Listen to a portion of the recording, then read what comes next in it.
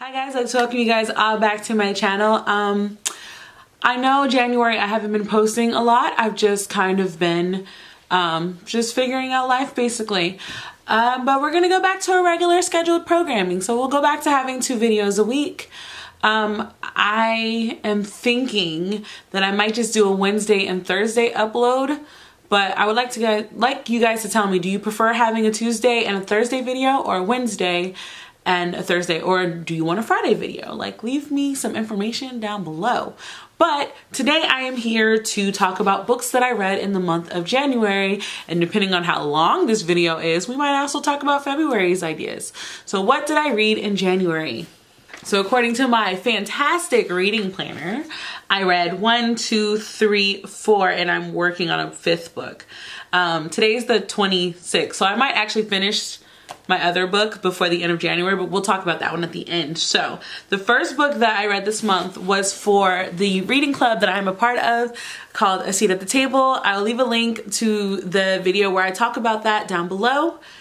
But basically what this means is me and 2 other fantastic booktubers, Oshale and Troy, we pick a book each month written by a person of color to talk about, review, share our thoughts. So if you guys want to be a part of that, I'll share with you guys the book that we're reading for next month for the February conversation. But this month was Becoming by Michelle Obama.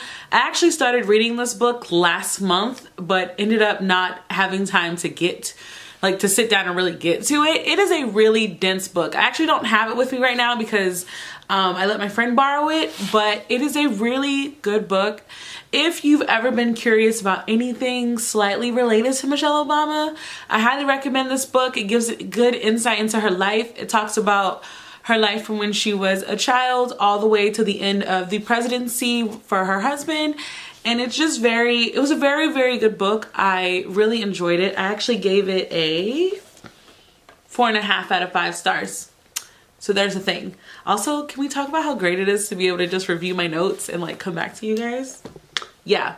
So the next book that I read, well, I listened to it via audiobook because it is available on Hoopla, and that is Ace of Shades by Amanda Foody.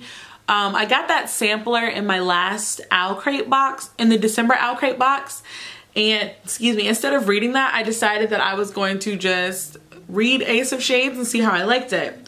Basically, this story focuses on a girl named N. She goes to the city of Sen, which makes you think of Las Vegas, but it's not. It's like a magical world, to find her mom, who has disappeared. And she ends up meeting up with this guy named Levi, who knew of her mother, but doesn't really know too much. And both of them basically go trying to find out what happens to her mom, while Levi also has a whole lot of other stuff going on in the story. The premise of the story makes you think that the main focus is what happened to her mom. But to me, I feel like the obvious protagonist, the main protagonist of this story is actually told. It's a 2-person story, so it's N and Levi. So you hear from both perspectives. But I was actually more invested in Levi's story rather than N's story. I felt like her story wasn't ever going to actually go anywhere because, from the very beginning it was very, very specific to a certain thing, find her mom. But as the story progressed, she progressed as well. But unfortunately for me, I felt like the book did a good job of describing the world, but didn't do a good job of describing the magic. So I'm honestly confused as to what they do. The currency is orbs that contain volts, but Levi can make the orbs, but the people called the misers could make the volts, but they're all dead, and it's so confusing. But it's one of those kind of books where it's so confusing that I actually want to read more, because maybe she took some criticism and made the second book give me some more answers. It left me in a place where I did want to know what was going to happen next in the story, but I'm actually still very confused about the whole magic system of the world. So I'm gonna read the second book. I just to get answers, basically. That's basically what I'm going to read it for. So the next book that I read is the graphic novel Wire and Nerves Volume 2 by Melissa Myers. It is the continuation of the Lunar Chronicles. You guys remember me talking about Volume 1 and how much I really liked it. I felt like Volume 2, I felt like maybe Marissa was just tired of telling the story, because I think it hit almost every cliche story kind of filler that you could think of. I feel like she did that in Volume 2. I feel like Volume 1 was so much better. I still really like Aiko.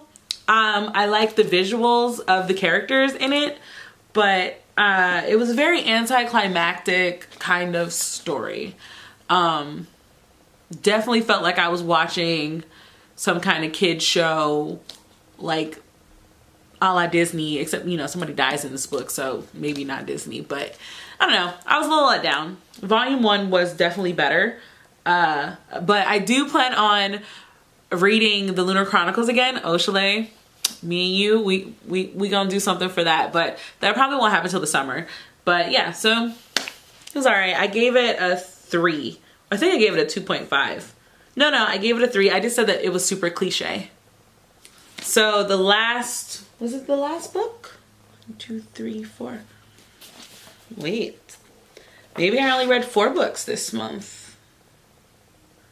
Yeah, I only read 4 books this month. Oh, so this one, of course, I listened to it via audiobook at work. This is Harry Potter and the Half-Blood Prince.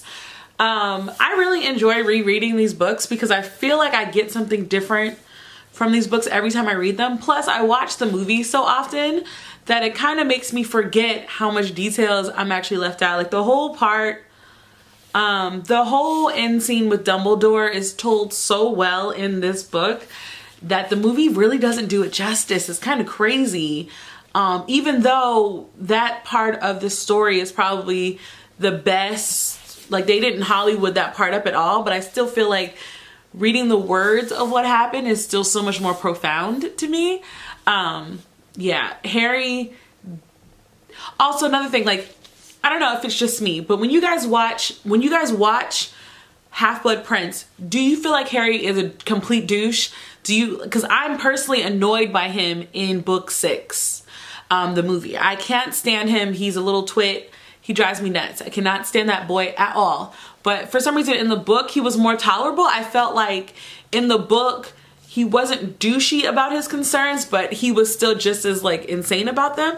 I don't know. That could just be my thoughts. I also totally just got lipstick on my... Okay, we don't have... Red lipstick is dangerous, y'all. But yeah, so this is the one. So I'm just gonna... This will be the last book that I talk about in this, and then we'll do a separate video for my February TBR because I don't want the videos to be too long. But the book that I am currently reading that I will probably finish before the end of January, if not, we'll talk about it in February. It's Girls of Paper and Fire by Natasha Nagin. It is interesting. Let's see, I'm on page 96, and okay, so basically for those who don't know, for those who have not read this book is about a girl. She has beautiful eyes. They say that she has eyes of a demon, though she's human. And because she's human, she's considered a paper cast. And these paper casts are chosen for the Demon King to be what they call paper girls, which is just a really nice way of saying the king's concubine. There are paper cast families that love, like, you know how in the Hunger Games, like District 1 and 2 literally like made their kids excited about the Hunger Games, and then further out like District 12 and 11 they were like, we don't want nothing to do with it. It's kind of how this is. Like the girl that the story focuses on, she doesn't want to be there. She was captured and taken there against her will. So like the whole time that I'm reading the story, I'm like, so basically this is building up to homegirl getting raped. And I mean, there is like a huge disclaimer in the front that it's a trigger warning. It says, please be aware that this book contains scenes of violence and sexual assault. So obviously I know that she's about to get raped, but for some reason I feel like she's not going to get raped by the king, if that makes sense. Like I don't think she's ever going to make it to the king.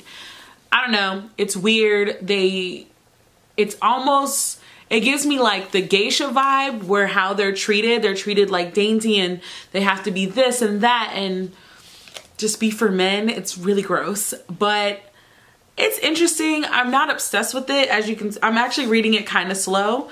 So it hasn't really picked up, but I will give you guys more of my thoughts on this later. So I didn't get to most of the books on my TBR, but I am pretty satisfied with the books that I did read.